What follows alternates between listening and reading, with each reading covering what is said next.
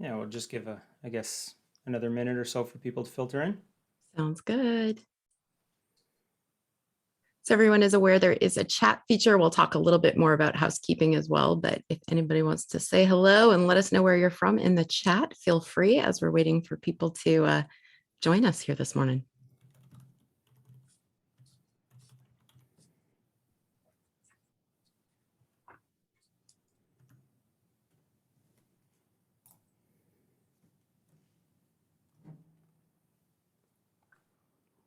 Amazing. We've got Oh, UK, we've got Chile, we've got people in your town, Ottawa. did you see exotic Hamilton? Ooh, I haven't been to that part of town yet. nice. Saskatchewan, Halifax, Iceland. So big. Amazing. I'm waiting for someone to like post that they're in like Costa Rica or something, somewhere warm. And then we'll make best friends with them and we'll go visit. Yeah, it's so cold. I'm in Ottawa, Canada. I'm looking out and we just got 50 centimeters of snow earlier this week. So somewhere warm and exotic would be great. Panoka. I love it. I just had a friend who literally moved to Panoka. That's amazing. Someone's willing to say they're in Costa Rica if it's going to make us feel better, Jen. So we'll take that for sure. Take it. Yeah. Thanks, Wendy. Oh, we've got Santiago, Chile. I think that might work for us. That would work. Totally work. Amazing. All right. Well, it looks like we've got most of the bodies in the room, and I think we can get tucked in. I am super excited about today's conversation, and I welcome everybody to this episode of Connected Conversation. Fads, Food, and Facts: How Diet Culture Undermines Obesity Care, and more importantly, what you can do about it. I think it's fair to say that there is a ton to talk about today. And our guest is registered dietitian Jen Brown. And it is always fantastic to talk to Jen. And I think this is going to be such an interesting conversation. I know Ian and I have been looking forward to this. So before we get into the heart of the matter, what we're here for today, I just want to remind everybody that for those of you who may not have been able to join a Connected Conversation previously, Connected Conversations is a monthly series where Obesity Canada, we get together and we really try and dig into important topics for people living with obesity with experts from the field. And those experts and our patients come from anywhere. We are mostly Canadian, but we have friends and fans from around the world. From advocating to access to evidence-based treatment, issues related to diet culture, weight bias, and discrimination, to innovating obesity care in Canada, our Connected Conversations look to address the complexity of this really chronic disease and the barriers for those of us living with it. We love these conversations. We feel like this really allows us to create moments of connection for both our healthcare and research audience, as well as our amazing patient community. And we've absolutely seen the power of what making these connections can have, and we're really committed to making more of these opportunities happen. So just to remind everybody, my name is Lisa Schaefer. I am a patient advocate and member of the patient community here at Obesity Canada. Professionally, I am a marketer, and for the last 5 years, it has been my absolute pleasure to volunteer and serve Obesity Canada, working on public engagement, doing advocacy efforts for the millions of us who, like me, live with this disease that is really highly stigmatized and very misunderstood and often misrepresented, especially this time of year. And as ever, my brother in the trenches working on this is Ian Patton. So Ian, I'll let you introduce yourself as well. Sure. Thanks for being here, everyone. My name is Ian Patton. I am the Director of Advocacy and Public Engagement with Obesity Canada. I've been with Obesity Canada for over a decade now. I started as a student when I was doing my PhD, transferred that into some volunteer time, and now work full time with the organization. And I'm also a patient advocate along with Lisa, advocating for all those same things. So very excited to be here and excited to have Jen with us today. I am going to go over a little bit of housekeeping for today. So we do have the question and the Q&A feature available. So please use that if you want to ask questions. And someone's saying they can barely hear me, so I'm going to try and change that. How's that? Does it change it at all, Lisa? Yeah, it was a little bit better. All But right. I would say project to the back of the room, darling. Sorry about that. I will try and do better with that. What I was saying was we have the Q&A feature available. So if you have questions for Jen or for me and Lisa, you can put them in the Q&A feature, and you can upvote questions there. So I'll monitor those, and we'll get to as many as we can with time that we have. And then we also have the chat feature available there if you want to keep in contact or communicate through there with everyone else that's in the webinar. So there we go. Fantastic. This is going to be a good one. So as ever, these are meant to be conversational. So we have some places that we want to go, but if there's things that you'd like us to address, as Ian said, feel free to post them in the chat. We will also be recording today and make this available for people to view later if you do want to come back to anything. But let's get started and introduce the lady of the hour here, who is joining us for this conversation. As I said, fads, foods, and facts, how diet culture undermines obesity care and what you can do about it, with our amazing guest, Jennifer Brown. Jennifer is a registered dietitian and certified bariatric educator with the Ottawa Hospital Bariatric Center of Excellence and is coordinator of the Canadian Obesity Advocacy Network. She's a steering committee member on the 2020 Canadian Obesity Clinical Practice Guidelines, lead author of the Medical Nutrition Therapy chapter of those clinical practice guidelines, and is currently an advisory member for the International Obesity CPG Adaptation Committee. So essentially, she helped form what are the amazing clinical guidelines for Canada and is helping us tell the rest of the world. Jennifer is involved in several advocacy efforts, including developing a national obesity care framework with Obesity Canada, something that we're really passionate about doing, and representing Canada at international policy and advocating networks. She's chair and executive member of the USA and Canadian dietetic groups and has been an invited speaker at national and international conferences, scientific meetings, university lectures, and author of several publications. She is passionate about changing professional education, public perceptions, and our healthcare system's approach to how we understand and talk about weight, nutrition, and health. As I said before, I am very excited that I get to have this conversation with you, Jen. I think I've had the pleasure of hearing you speak, and I always really appreciate the amazing way that you have of connecting the science of what you do with a very empathic and practical approach for those of us who are living this experience. So I think it's fair to say that there's a lot of confusion about diets and that we hear so much noise around us. And there's also probably some confusion and misconceptions about dietitians as well. So before we tuck into those deeper diet conversations, what I'd like to start today with is to get yourself to introduce yourself a little bit and maybe share some misconception or misunderstanding that people have about dietitians like yourself, or share with something that you think you wish people understood about your role and kind of how to work with a dietitian. Oh, thank you so much, Lisa. And thank you, Ian, for inviting me to the conversation today. And thanks everybody for joining. I see we have got people from all over the world. So I'm very honored and happy to be chatting today. I mean, when we talk about that question of misconceptions around dietitians, I mean, I even think back to when I first heard of dietitians. I think back, I think I was in grade 9 or even grade 10 when someone, told me about dietitians. And I always thought, these were just people who put you on a diet, or they told you what to eat or not to eat. The famous dietitians or food police was often what I heard. And I remember telling myself then, I never want to be like that. But then I fell in love with the science of food and athletic performance, which really opened my eyes to understanding the professional requirements of becoming a dietitian and what dietitians actually were. And so just to give everybody some background on dietitians, the quote unquote, what we actually are trained in. So most dietitians or registered dietitians are trained in translating the science of food and nutrition and how our bodies work and health, to individualize that to help support certain health conditions, things like obesity or diabetes or eating disorders, or anybody who might have like IBS or food allergies, or anything you can basically think of that has anything to do with food and eating. dietitians have a 4-year university degree. We've completed a supervised, usually 1-year like internship or like a residency, similar to physicians.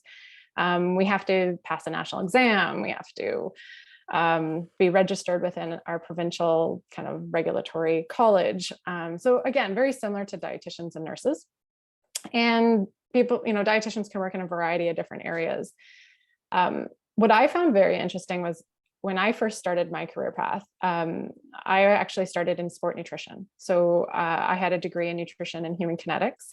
And it was actually during my residency or like my internship that I got put into a rotation of bariatric surgery, which I wasn't really interested in at the time. It wasn't something I was passionate about, but I didn't know anything about it. And to be honest, it completely changed my perceptions, my beliefs around even obesity, and it has shaped me and brought me to where I am today. And I would say that as a dietitian, I'm in a unique position because I have now transferred all the knowledge that I've learned from the science, but also from the lived experiences of the clients and patients that I've met with over the years.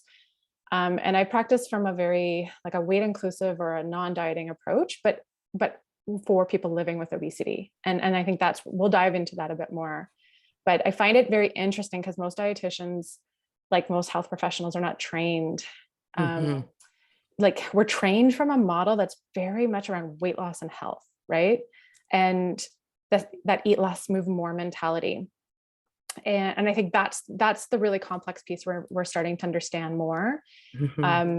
And as a dietitian, I remember back in my training, we were very much trained around, reducing calories and trying to increase exercise. But now we understand a lot more about how the body works and what happens when the body loses weight or gains weight and what it's doing to our appetite. And then this complex interplay with food culture and diet culture and what's happening in terms of our perceptions. And then that's kind of where it dives into a lot of the issues that we're dealing with today, which people, often look at food and health on a pedestal of good versus bad, healthy versus unhealthy.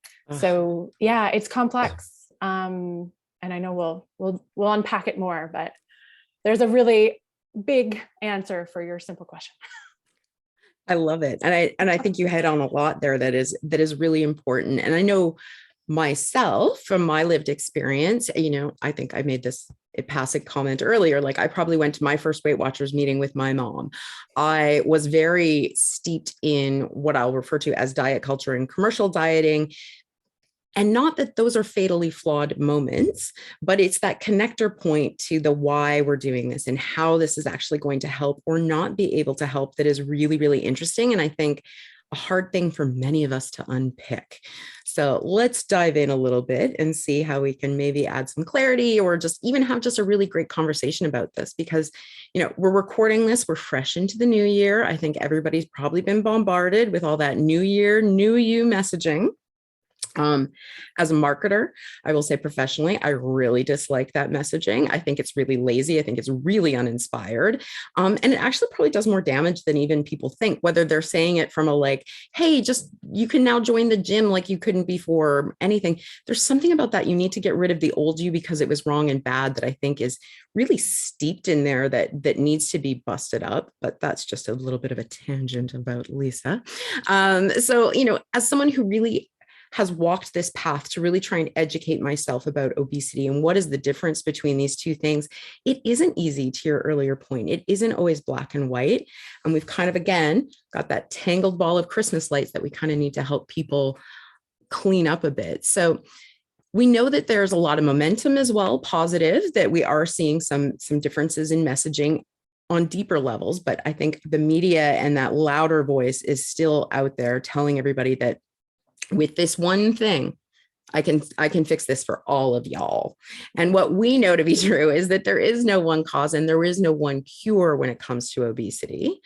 But I'd love your thoughts here because I know as a dietitian, you must get bombarded. I know I was probably that patient when I sat down with my dietitian that was like, slow your roll. I know everything. I know calories. I know how to count them. I could tell you script and chapter on how much a thing has fiber wise, all of those things. But that wasn't what it was really about, is it? So maybe let's start there and talk a little bit from your perspective about what can these fads and these noise moments do for people living with obesity when they land in your room? Great question. And definitely something that, I think myself and I'm sure many of my colleagues, even if you're not a dietitian, we get these messages all the time. And I think it's important to know that all healthcare professionals, we all live in the same society as everybody too. So the diet mentality, the, quote unquote diet culture, this is, another fad word that has come up in the last decade. But it really, we're all living in that same society. And so we're all going to be subject to biases, our own personal beliefs, our own thoughts, plus our own lived experiences. And then on top of that, any of the science or the understanding that we're trained in. So I think it's important that no matter who you see, even if you are seeing a dietitian, remember that they're human and that they're going to have their biases as well.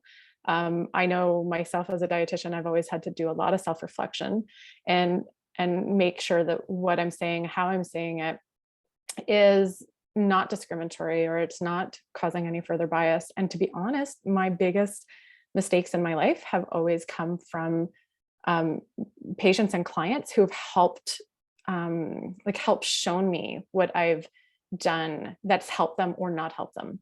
And that actually led, me to further expand on things that I didn't know a lot about.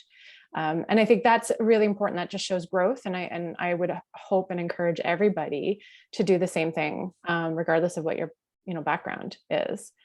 So kind of going back a little bit about when you were talking about diet culture, I find that there's a lot of misunderstanding when we're talking about obesity, and diet culture gets fed into obesity a lot because of how obesity has been framed for years and years. I mean, we've all been brought up, and I know as a dietitian, our training was very much viewed as obesity predominantly from the term of body mass index, right? So BMI, which is a measure of our height and our weight. It gives us a number. And based on a lot of the population data we've looked at, the higher our number or the lower the number, the higher the risk is for certain disease conditions or health complications.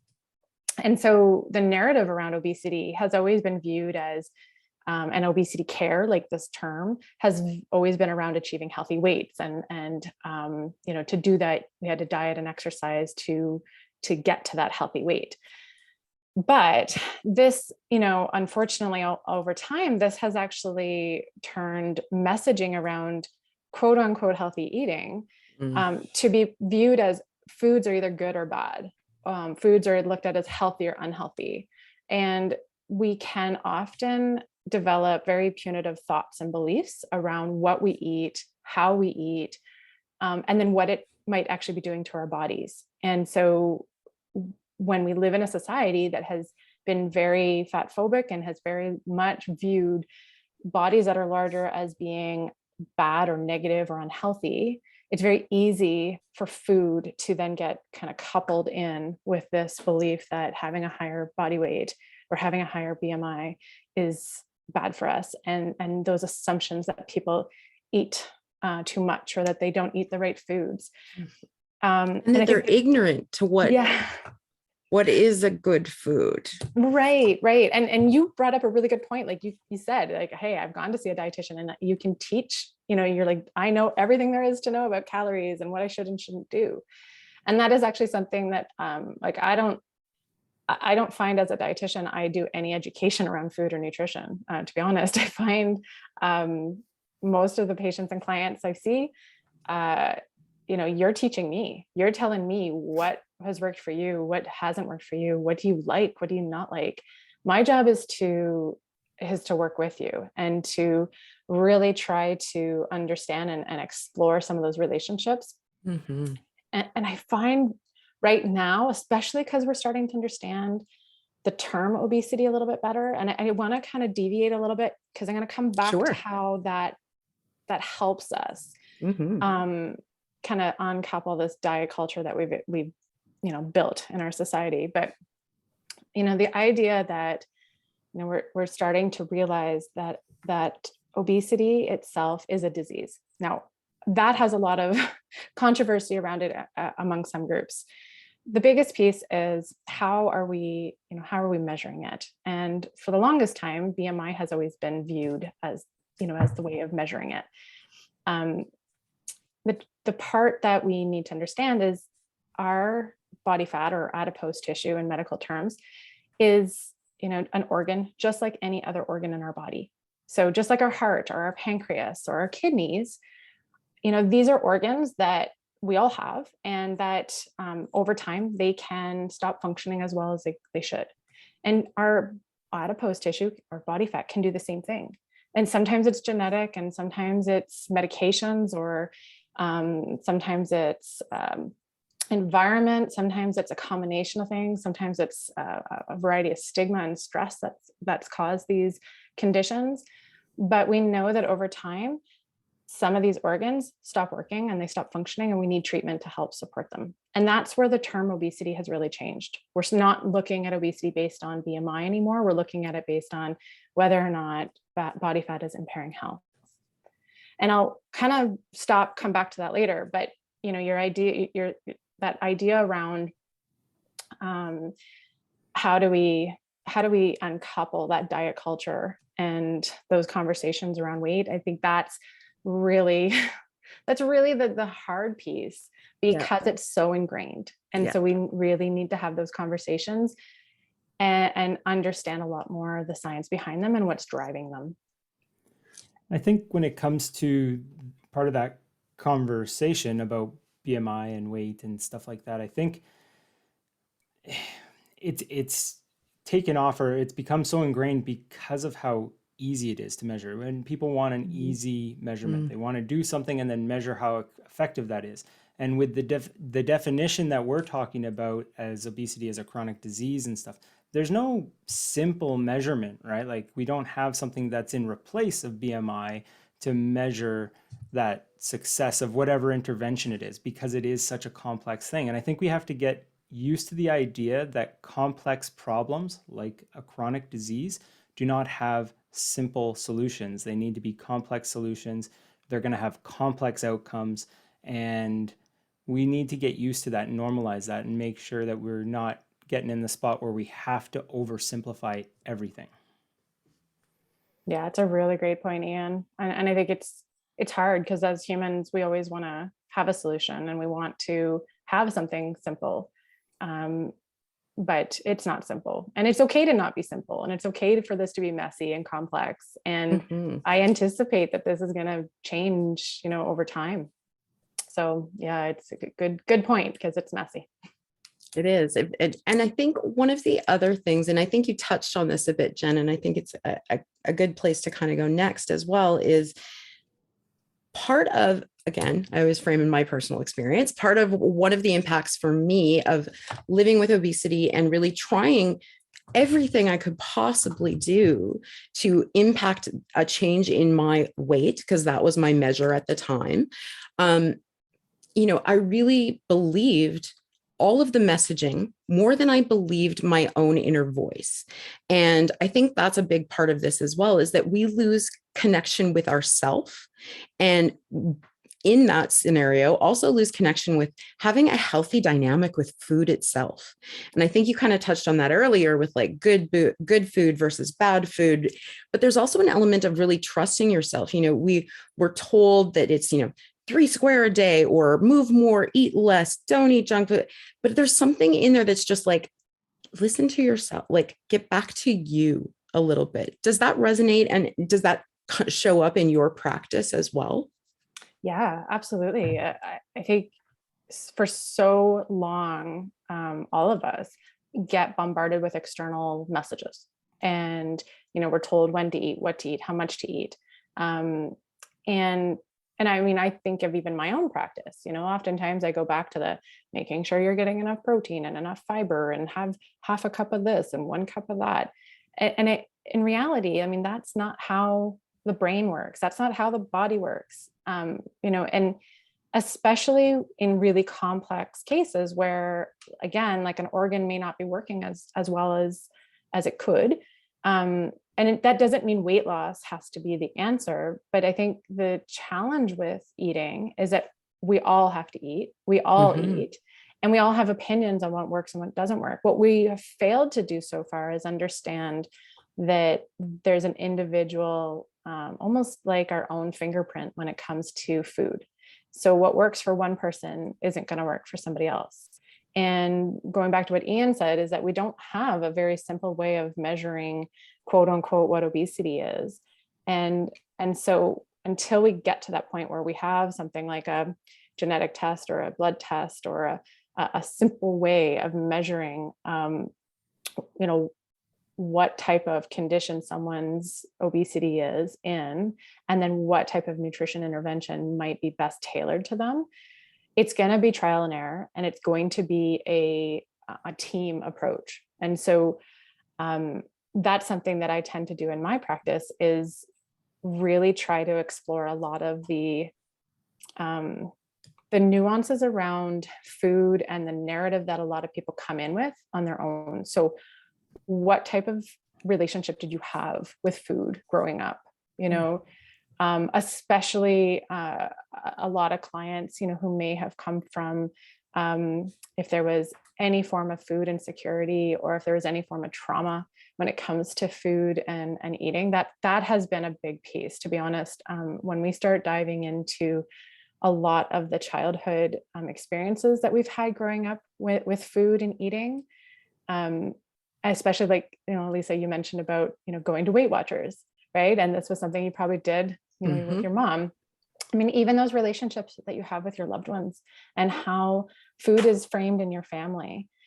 These are all things that we as providers and people and clients and patients need to make sure that we bring forward. And we have to explore that further, because our relationship and attitudes and thoughts and beliefs that we have now with food likely are, rooted in that. So that's where, as a dietitian, and that's, a lot of times that's out of my scope. So it's identifying those. And then it's really supporting clients and patients by making sure that they're being seen by, psychologists or psychotherapists or other providers like a social worker or somebody who can help unpack that a little bit further, as long as patients are open and ready to explore that. But that's the piece that I find we often need to take a closer look at before we can move forward and break down those walls that diet culture has really built around us, and that shame and blame that gets put on us when, you've tried something again and again and it doesn't work. And that's where my approach with clients has always been around education. So translating the science of why that happens, what is actually going on in our brain and our gut that makes that, why does the weight come back? Why does the hunger come back? Why do people have those negative thoughts? And that science piece about understanding why, I mean, that's not something I knew as a dietitian. I had to go back, and I ended up doing a master's. I ended up specializing in certain areas so that I could have that better understanding. I then ended up exploring a lot more in what we call, non-dieting eating disorder, weight inclusive type of approaches, to really understand a lot of the what we call critical dietetics, or critical thoughts around diet culture, and even the obesity framework that's existed in our time, which is very much weight loss, weight centric. So it's complex, and I think that's why so many people think that it's their responsibility to try to do something, because we all eat, we all have responsibilities, so we think that it's something in our control. But reality is there are so many other factors contributing to it. It's if you don't mind, I'm going to jump in, because you touched on a number of different things that are jumping up into the questions and the comment section here. But it also kind of dovetails with the conversation we had with Dr. Vallis a little while ago, when we were talking about diet culture. And he made a couple comments, one that I think really stuck with a lot of people. And it was that a lot of people and their relationship with food kind of gets turbulent when they have this belief that they're they failed their diet. So they try something, they fail, and so they failed their diet. And he said very strongly, people don't fail diets, diets fail people. And so, that was coming from someone with a, behavioral background and working on that side. From a dietitian standpoint, what's your approach to kind of figuring out that relationship with food and that sort of aspect of it? Yeah, I mean, you hit on a good point. And I remember that talk that Dr. Vallis gave around, you don't fail diets, diets fail you. Um, I think a lot of this is connecting the biology of how our body works when it comes to food and eating and metabolism and weight. And then the connective piece and the memory and the learned behaviors and the emotional piece that we have with food and eating. And I think a lot of times, especially as dietitians, we understand possibly one arm of it. We may not understand how the two are interconnected. And I think as the public, we sure don't do a good enough job of understanding how the two are connected. And as a dietitian, I think, we always, many of us hate the word diets, even though diet refers to, what eating pattern or what we do eat.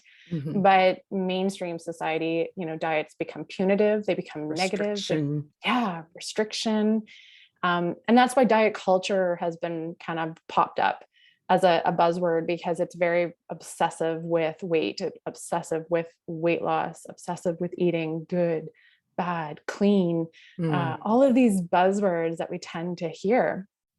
And like And we've forgotten or we fall off our diet, to Ian's point, like we fail these things, and that being on a diet has become kind of the base and the norm. And when you're not on a diet, it's kind of like you're a weirdo. well, and I don't know how many times I've heard, friends and family and then clients and patients, and I'm sure you can reflect on this, is, how many times have we heard people say, like, I just need to get back on the wagon, or I just need to get back on the diet, or I need to, like the big one right now is like, oh, I just need to increase my exercise to burn off the calories from the cake I ate last night, or I need to cut out this food group and then I'll have no problem losing weight. And I think, again, food then gets coupled with this idea of weight. And then all of a sudden there's this negative piece. And going back to what Ian mentioned, is this feeling of failure when the hopes and dreams and goals have been, permanently put on from a weight standpoint. And I think that's the hardest part, is that we have a culture that feels that weight is, a value of your worth, a weight of the value of who you are and what you do in life. And I think that's the piece that really we need to build a better relationship with ourselves and our society. Value food for what it is, not put food into good and bad categories. Recognize that there are people that have all kinds of different conditions, that certain foods or food groups are going to do better for them, and certain foods and food groups aren't. And I think that's an important piece, that food should be a neutral, like it shouldn't be put in good or bad. There shouldn't be foods that you're allowed and not allowed. And I think that's something I'll probably talk about at the end, is like some of the things you can do is to really, put your skeptical hat on. When you start seeing things that tell you there's foods you can't have, that should be a red flag. However, if you're working with a professional, like a registered dietitian, or somebody, again, who's regulated in nutrition, you really want to make sure that you're that's being individualized to you, because there might be foods that don't work well for you. I think of somebody with celiac disease. Somebody with celiac disease cannot have gluten. That makes them very sick. We're going to see the same thing across all types of different health conditions. And I truly believe that we're going to get to a day that we can just individualize that based on, what works for us individually, and then helping to tailor that. I love that. And I'm hopeful for that day as well. And I often find I'm a bit of a squeaky wheel, as some people already know. But, it's not even just those of us living with obesity, or even when I'm working in patient advocacy or talking in our connected community, it's my peers at work. It's people who maybe aren't living with obesity today, but like this incorrect messaging around food and the relationship society has created with food is big. And I think, we were talking about this a little bit earlier as well. We need to start having some more uncomfortable and sticky conversations with people, even just little ones in those moments where we can be like, that's actually not how that works. That's not how any of this works. Because it is really, really harmful. And I know you're not a mental health professional, but when you think about how much mental health impact that all of this noise and history impacts when someone like me finally finds you and I'm in a room with you and I'm ready to make the plan, like I come with a ton of bias. You've got a bit of bias. And I think you hit on something really lovely there about, wearing your skeptical hat and or being really empowered to have the right conversations in the room. Because even going to a dietitian, it can feel like, okay, you know more than me. So I should listen to what you have to say. So maybe help us understand, like, what are some ways that we can have those healthy, challenging conversations or moments, whether that's with a dietitian or just in life? Oh yeah. I mean, I think the most important thing is to come into appointments where you can feel comfortable asking questions, feeling, and I mean, obviously this might not come out in the first few sentences, but being vulnerable. I think as providers, we need to do a better job of making people feel safe and welcome, and recognizing that this is sticky, this is a complex topic, this is uncomfortable. And I always, like, I don't know more than my clients and patients. I can help teach around the science of what's happening in the body and the brain, and I can help work with my clients on what they've learned through their lifetime and help to connect the two. And then if we need to bring in, different types of ways of eating, or medications or surgery, or whatever it might be, that can be individualized to that person.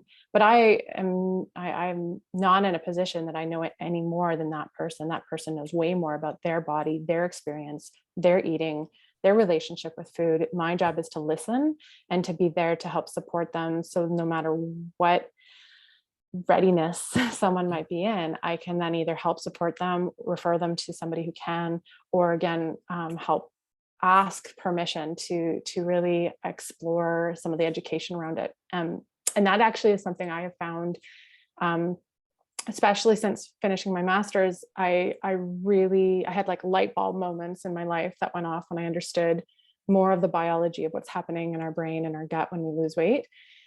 And I started teaching that to patients and clients. I started teaching, all the hormones that are responsible for hunger. And I see the participant list today, and I can see a whole bunch of names that I've worked with.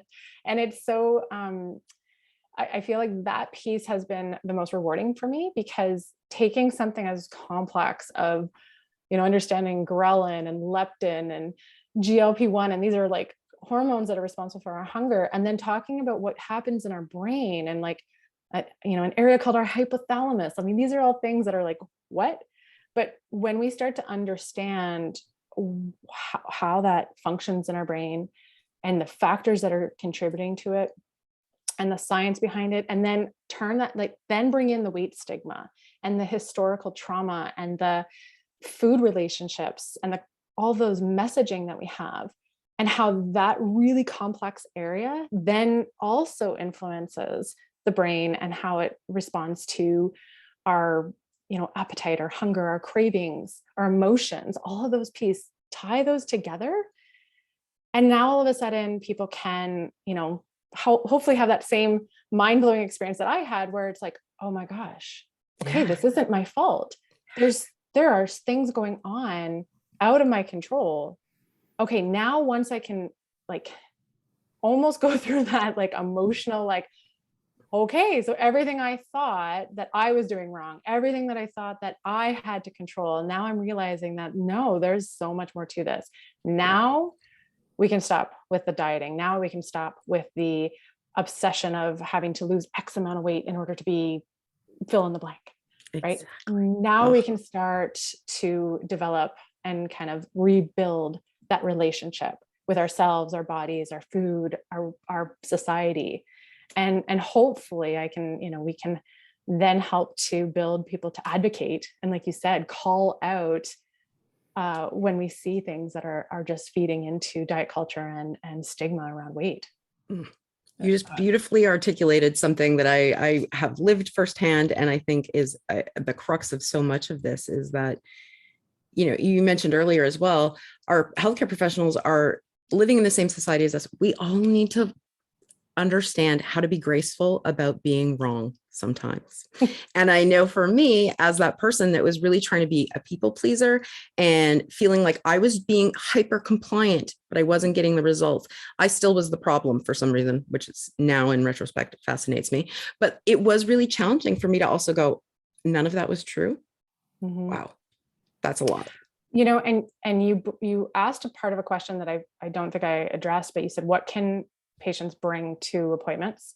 And I'm remembering back to when I first started as a dietitian, and I mean, this person knows who they are, and I will, like, they know how thankful I am for calling me out. But I was giving a talk one day, and they called me out on something I was saying in my talk. So they spoke with me privately afterwards, and they said, did you know that how you said this made me feel like fill in the blank? And I had absolutely no idea what I had said. But as soon as she said to me how she interpreted it, I couldn't believe how many people I had been saying this, one sentence about. And that has always resonated in for me as a health provider, to make sure, whether I'm doing things in a group or whether I'm doing things one-to-one, but to always say, we are here together. So if I say something that offends you, that, pisses you off, or that, didn't sit well with you, I give you full permission to call me out on it. I give you full permission to say that's wrong, Jen. I don't like the way that made me feel, because that's how we learn. And I think it's really important that as healthcare providers and people in general, we don't go out of our way to be harmful. We don't go out of our way to try to be stigmatizing, but we don't know what we don't know. And I think that's probably the most important piece, is just like you said, we need to gracefully be open to acknowledging we're wrong. We are bad sometimes. We do mean things and we don't mean to. So, but we need patient voices. We need people to come forward and say, this isn't right. This is not the way I want to be treated, and I deserve better. And that's really what I've dedicated my career to, is to listen to patients, clients, and to try to change the healthcare system, and to try to change providers, so that, that people don't ever have to experience those again. I love it. Awesome. Ian looks like he's chomping. Let's go. Yeah, because there's so many different I know angles that this is going. I think we're gonna have to have more. We might of have a these 2.0 of this one. Yeah, because there's so much going on in the chat and in the questions here, but I wanted to kind of dovetail again and take us on a little bit of a tangent. So there was someone who posted a question or comment and was talking about us using obesity as a chronic disease, that term and that language, and how that can be hard as someone living with it to kind of accept. It's difficult to accept. And in the words that they put, it was like, oh, like you're just brushing it off. It's a chronic disease and you're going to have it for the rest of your life type thing. And there's nothing we can really do about it type thing. But I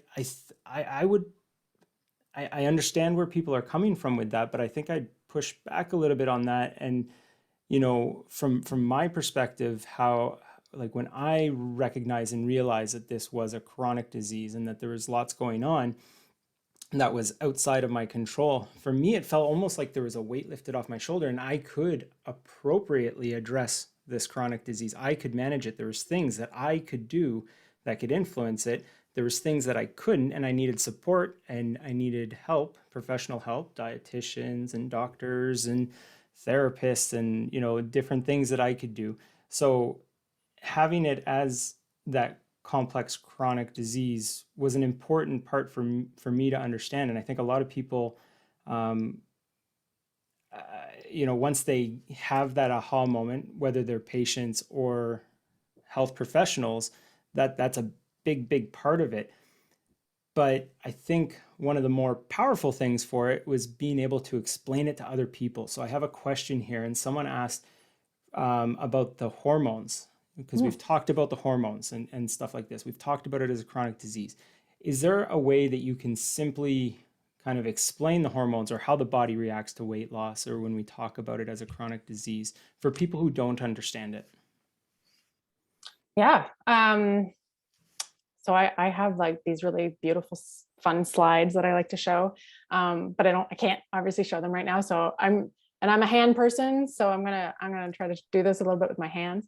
And maybe another really great thing we can do is share a video afterwards, because Dr. David Macklin has a really good video that kind of explains a lot of these hormones and what happens in the body and brain. So I see Ian's probably going to find that link and put it in the chat. So here's a way that I try to describe it. We all have body fat. And like I mentioned, our body fat is an organ. And there's a ton of hormones that are found in our body, and specifically hormones found in our body fat. So leptin is a hormone found in our body fat. Think of leptin like equal to our body fat. So when we lose weight and we lose body fat, leptin drops as well. Now, remember, our body and our brain is designed just like we were in caveman, cavewoman time. So when we lost weight, that wasn't a good thing. In fact, when we lost weight, our brains would think that we're dying or we're starving. So our brains have evolved to try to keep us alive. So nowadays, when we lose weight through, dieting or exercise in a again, a punitive way that's causing us to lose weight, the leptin drops. This leptin then sends this message up to our brain, kind of like an alarm system goes off. And there's areas of our brain that are kind of the warning signals to say, uh-oh, this person, lost this leptin. We need to get that, leptin back up. We need to get the body fat back up. The brain doesn't know that you were trying to lose weight for whatever reason, whether it was to, improve diabetes or blood pressure or look good in a dress, or it doesn't care. It doesn't matter. Your brain just thinks, okay, weight loss, bad. So then all of a sudden you get this signals from the brain that goes to other parts of the body. One of those parts of the body is the stomach, where we get this hormone called ghrelin. I always think of ghrelin like our it's our hunger hormone. So the grumbling stomach we have, I call it the grumbling ghrelin. Well, grumbling ghrelin goes up when we've lost weight. Meanwhile, these other hormones found in the bottom of our intestines called GLP-1 and PYY, you don't have to worry about the names. You just have to know that there's hormones that make us feel full. They go down. So all of a sudden, we've lost this weight. The alarm signals in the brains have gone up. Ghrelin is going up, which means you're you're hungry all the time. You're not full, which means, and I'm sure a lot of people can feel like this, is after they've lost weight or they've done dieting, there's a period of time where you're always hungry and you never feel full. And I always had patients come back to me and say, Jen, doesn't matter how much salad or fiber or protein I eat, I am always hungry. And not only am I hungry, I'm also craving, and I'm craving sugar. What is going on? And that's because these hormones feed back to our brain, and our brain is trying to get that weight back up. It's trying to get the leptin back up, which is what we call set point. And so this is why it's really complex. And it's, again, stuff we have no control over. It's like breathing. We can all hold our breath, right? Some of us can hold our breath for like 30 seconds, and some can hold their breath for like a minute and a half, but eventually we all have to breathe. Our bodies do the same thing. And when it comes to our weight, our bodies are always trying to keep us alive. Weight loss means bad. Weight gain, technically in survival, means good. So this is why we're starting to understand all of that piece. And it's not personal choice. It's not something we're doing to ourselves. It's now understanding, okay, now that I know that this science is going on and these hormones are controlling a lot of my appetite and hunger, what can I do about it? And that's that piece of bringing in, whether it's medications, whether it's psychological support, whether it's surgical support, a combination of it. And that's, as a dietitian, my job is to tailor nutrition that will help support all of those interventions with what what people are looking at achieving. And weight loss has to become kind of it may happen, it may not happen, but we're trying to get to, higher energy, less pain, feeling better, having, being more strong. For those of you who know me, pooping better. Okay. I love to talk about food and what comes out. So, I think that's a really big quality of life piece, right? I always say happy people have happy bowel movements. And I think that's why you're my people. But those type of conversations around food and how that makes our bodies feel is so important, not how much weight we gained, lost, or stayed the same on a scale. And that's hard. And it's hard to deprogram that, but there's so Mhm. much other interesting and good stuff within all that other stuff that at least for myself, I know I distracted myself about thinking about weight by really understanding the science of what was happening for my body. Yeah. And also really heal. And I hate to go back to it again, but again, also genuinely really healing myself from that misunderstanding or misrepresentation that had been sold to me for so many years as well. And for me, when I also am able to recognize my obesity as a chronic condition, I actually take great peace of mind from that, rather than feeling like I've been chasing my tail for 47 years, which is what it can feel like on the bad days. And I think that's really important. And I love the way you're saying all of that, like to help people kind of get there. It's going to take a second. We know this is like knocking over a vending machine. We're going to have to go more than once to really get it to stick. And even myself, I navigated Christmas. My weight fluctuated slightly. My brain still went, okay, that means no more X, Y, and Z. But now I also have another voice inside there that's going, no, we know better than this. There are controllables, absolutely, but it is not as simple as calories in, calories out. And I think that's a really big one. And I'd love to have a follow-up. I don't think we can fit it in today, but there's a whole conversation there about those of us in larger bodies that probably lived with eating disorders for many, many years, that still to this day would be challenged in seeking support because we don't look right. And I think that's a really important piece, and something I probably didn't emphasize enough. I think we have to be really mindful that living in a larger body or having higher body weight does not mean that you have obesity. Okay. And it's really important that, if you think you are living with obesity, you need to go and see somebody who's trained in being able to do an obesity assessment.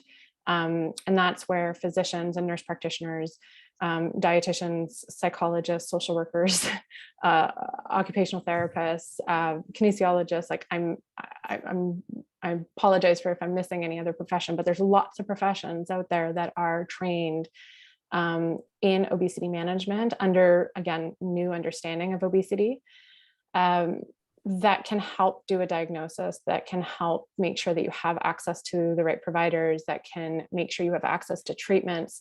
And treatment doesn't necessarily mean weight loss. And, you go back to the point of eating disorders. I think far too often we see people who are living in larger bodies who get sent to or referred to an obesity clinic or to a, something around obesity. And yet, what they might need is actually therapy and support for eating disorder or disordered eating, somewhere on that spectrum. And I think that's a really important piece. And it's going to take a long time before we change the narrative in society, before we understand. And if I can leave people with some key pieces to use in your practice or in your own day-to-day life, is recognizing that we need to be patient and acknowledging that diet culture is everywhere and it's very difficult to get away from. So just like you said, Lisa, even this Christmas, those thoughts come back. And that's that's because, again, it's ingrained in our society. So take a look at things in your life. And I would challenge you to do this even right now. Take a look at what's in your home, what's in your workplace, what books and magazines do you have at home? What type of TV shows are you listening to or watching? Who do you follow on social media? Mm, Perhaps, yeah, like perhaps you can replace some of those messages with, instead of focusing on diets and weight loss and thinness, is there ways that we can focus on acceptance and self-love and body positivity? If you are somebody who focuses a lot on numbers, could you be focusing on whatever you're doing? Instead of focusing on the weight, could you be focusing on your energy level or your hunger or your fullness or your mood or your pain level? And then going back to what I had said around, reaching out for support. If somebody was diagnosed with cancer or with heart disease or with diabetes, they wouldn't try to manage it on their own. You go and see trained professionals who can then help support you. Yes. I think right now, recognizing that a lot of the trained professionals out there may not know enough about obesity, but that's where we as society can help support each other. We can listen to each other. We can understand we're going to have differences of opinions. But, something like the clinical practice guidelines is something as a patient or a client you can bring to your healthcare provider and ask them to learn more, ask them to get trained, and that's something I think we all demand is having access to care, making sure we have treatments and having conversations around changing the narrative of weight and obesity, what it is, what it isn't, and changing those lenses. So yeah, I want to leave with that. And I want to give everybody motivation that it takes patience, it takes time, and it takes teamwork for this to change. So I want to thank both of you and everybody involved with Obesity Canada, especially the patient advocacy groups and the patient engagement groups, because without you and your voices, none of this would be possible. So thank you. It's amazing. And I appreciate that you left with those hopeful moments as well, because that's really important to Ian and I, as well, as we're really trying to create this grassroots army that can take those clinical practice guidelines to their appointments and help us show these healthcare practitioners that may have blind spots, with malice or not, that there's better and new ways of thinking about these things. And that when we know better, we can do better together. And I think I really appreciate from your perspective as a healthcare provider, really hearing that, and I know you're out there influencing other healthcare providers as well. We need to make space for these conversations. We need to not have this pejorative one-sided conversation. I'm going to tell you, the more that we can come together and really combine our efforts, we're going to get healthier Canadians. And that makes my heart so happy. And I appreciate everything that you're doing out there in the world to help patients one-to-one, but also help the government, help our policymakers, and help your peers do better work. So I cannot thank you enough, Jen Brown, for your time today. I really do think we might need to do a 2.0 at some point, because I can see lots of comments and conversations and ways that we can keep this going. Hey, Ian? Yeah, someone already put it in there. Okay, so good. I've been trying to keep following the chat and the questions, and there's so many different topics, and some of them weren't, related to this particular topic, but they kind of dovetailed off or came off of it. So we will do our best to have other talks that will include that, or maybe have other events. We have a conference coming up in the fall that we might be able to include some of this. I've added a bunch of links into the chat. We are going to have this recorded and available, so you can come back and check it out. And we'll have lots of follow-up stuff. We have another connected conversation in February as well, so make sure you check that out. And thank you everyone for joining us. I'll let Lisa kind of take us out. Sounds good. Exactly what Ian said, all of those things. Look forward to seeing this posted, share with others. We're also exploring the idea of doing podcasts, which might result in some smaller additional conversations as well. So watch us as we grow a bit this year. We can see the need, we can see the want, and we want to make all of these things happen. So if you're part of our professional community and a healthcare practitioner or a researcher, please connect with OC Connect Pro to have continued conversations there. And if you're part of our patient community or live with someone or supporting someone who's living with obesity, please find us in our OC Connect world. Ian and I will be there. We're passionate about sharing all of this information so we can all help spread the right information. And as I said, fire up this grassroots army to make real change in Canada. So thank you. Thank you for joining us today. I think we've all left with something that we can take away and be loud out there in the world, take care of each other, be kind, be willing to be wrong, and keep washing your hands. I will leave you with that and wish everybody the best. Perfect. Thank you, everyone. Bye. Thanks. Thanks Bye. all.